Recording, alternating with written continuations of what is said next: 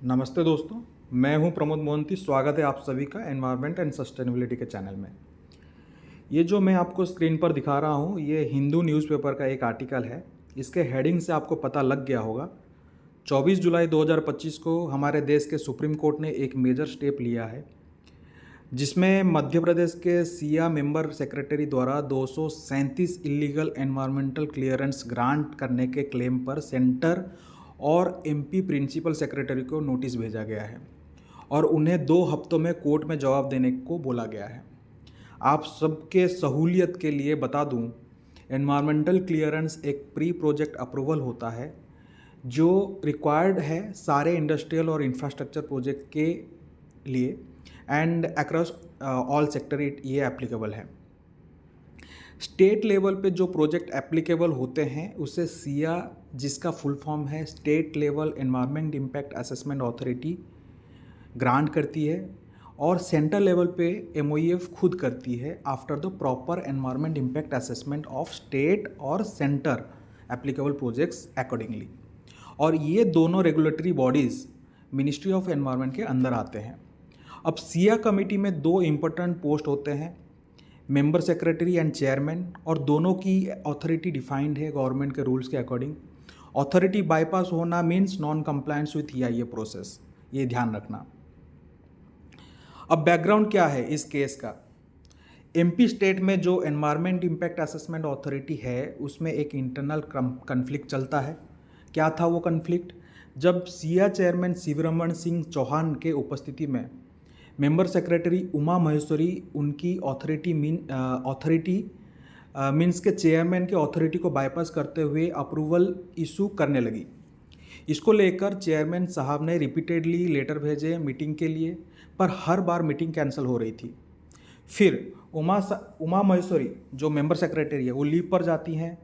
जो duties temporarily उनके जगह पे लेते हैं, उन्होंने 550 प्रोजेक्ट्स जो पेंडिंग थे, जो प्रपोजल्स पेंडिंग थे, उसमें से 237 को ऐसे ही अप्रूवल दे देते हैं, जिसे चौहान साहब जो चेयरमैन है उन्होंने अनऑथराइज्ड बताया है।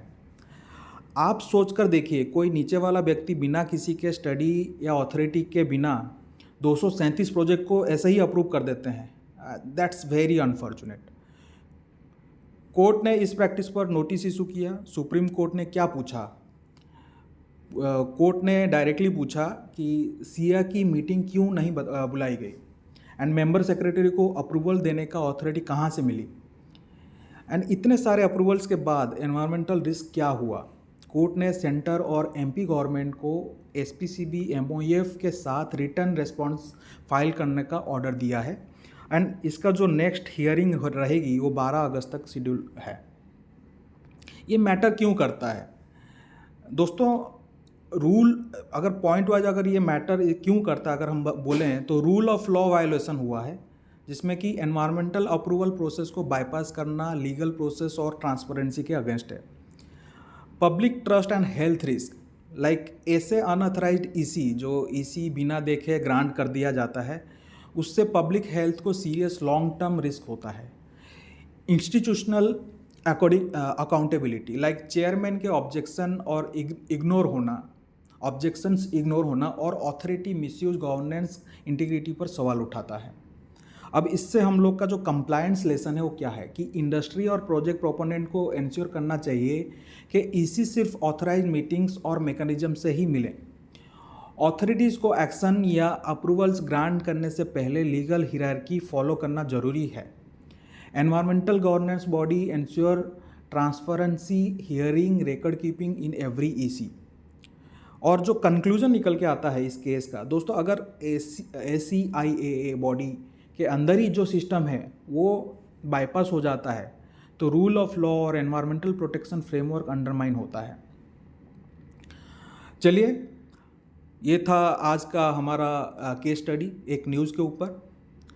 आज के लिए इतना ही। मैं हूं प्रमोद मोहंती। मिलते हैं अगले वीडियो में एक नए एनवायरमेंटल रूल, नोटिफिकेशन और न्यूज़ के साथ। तब तक के लिए धन्यवाद। देखते रहिए एनवायरमेंटल एंड सस्टेनेबिलिटी। सब्सक्राइब करें, बेल आइकन दबाएं और अपने व्यूज़ कमेंट में ज़रूर बताएं।